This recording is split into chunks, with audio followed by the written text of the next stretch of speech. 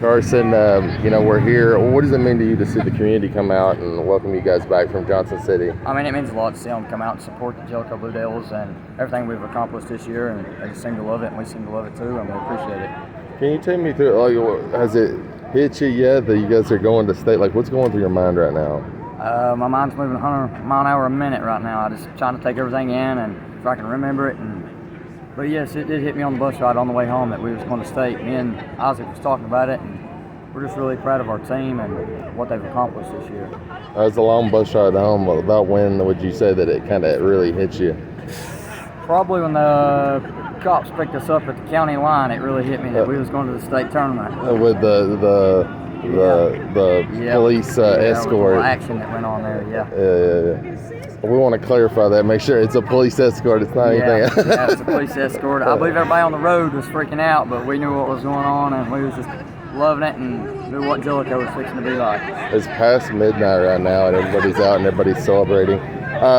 Carson, take me through the whole like the trip there, because it is a long ride, and I'm sure you have plenty to think about on the way there. Like, what was going through your mind? I mean, there was just a lot going through my mind. When I woke up this morning, I was like, man, it's either win or go home, and I didn't want to go home, and the team didn't want to go home. And I met them here at 1 o'clock today. I said, let's go get one. And they said, let's go. And we got on the bus, and it went from there. Everybody was focused on the bus. We got up there and went in the locker room, and everybody said, let's go get one. We went and got one. We put the hard work in, and the time paid off. So much hard work goes into this from the summer, really through the years, but definitely this season from the summer on. What does it feel to see that hard work really come to fruition? I mean, it's just a big thing, big accomplishment for Jellicoe and the boys and the team. I mean, all props goes to the coaching staff. I mean, they come in every day and make us work for it and make us earn everything we get. So, teams come and go. There have been great teams in Jellicoe history. This is the first time the team has ever made it to state. This team will be remembered for decades, generations to come. What does that feel like? I mean, that just feels amazing. I mean, it really makes you feel like something. And the basketball team deserved it. I mean, they ought to feel like something. I mean, they've accomplished from nothing to something. So we're loving it.